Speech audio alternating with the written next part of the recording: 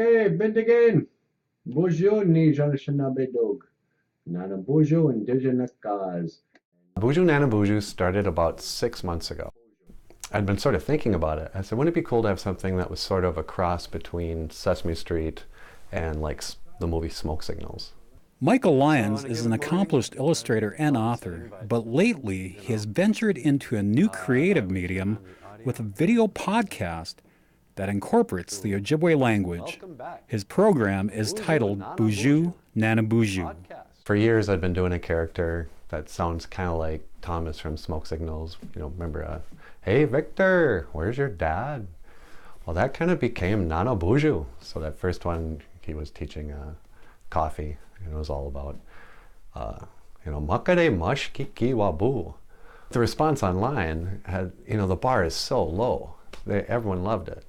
My second one was called Niwi Saga I need to go to the bathroom. And he basically comes out and goes, okay, let's make this really short. I gotta go to the bathroom. Niwi Saga And he just kind of bounces around. And he goes, and like within a day, there were 3,000 hits for that thing. I was like, what? There's basically kind of three main areas that Nana Boozhoo covers. One is an Ojibwe word of the day. Nana Boozhoo also tells Ojibwe stories. So like this morning I did one where he tells the story of how Beaver got his tail. And then the third area that we sort of do is like a music video.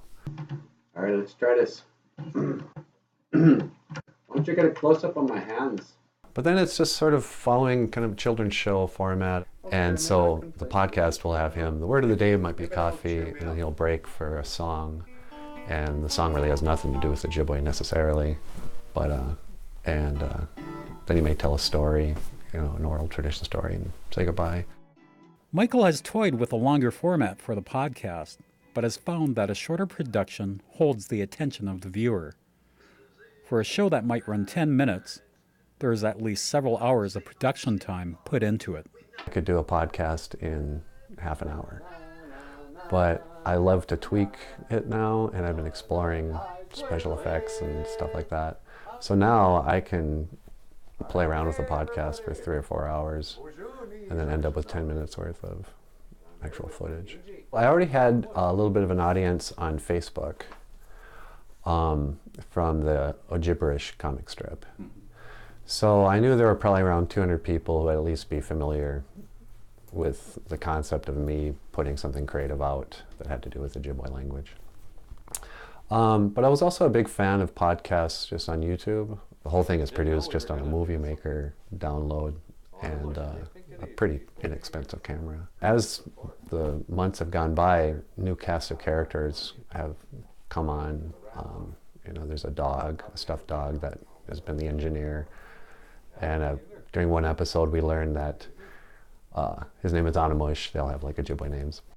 I wanted to create something, just my sensibilities as an artist is sort of cartoons, cartoonish stuff, something kids like. But teaching the language, gives me a vehicle to create these characters and these scenes and use music. And I want to make something that's entertaining and engaging and maybe inspiring kids to learn it on their own. And the use of modern technology might be the right tools to spur their interests. I just got interviewed last week from a magazine here in Bemidji, and they asked Tony Troyer about that. He's a language, you probably know. And he was very nice about it. He says, Michael's show is very innovative, but then of course it has to be. He was saying that all of our language stuff needs to keep up with the times, especially if anything we're trying to impart to the younger generation. All the kids I work with, and a lot of them don't come from money at all, but they all have a phone. So I think it's great to use modern technology to talk about traditional stuff, and also, sometimes I think language revitalization efforts can suffer from too much, like, well, we have to do this in the traditional way. In fact, I'm still learning. I probably present myself as a fluent speaker, but mostly, I'm learning as I'm creating. Okay, have a good night. Okay, Gawabaman. I'll see ya.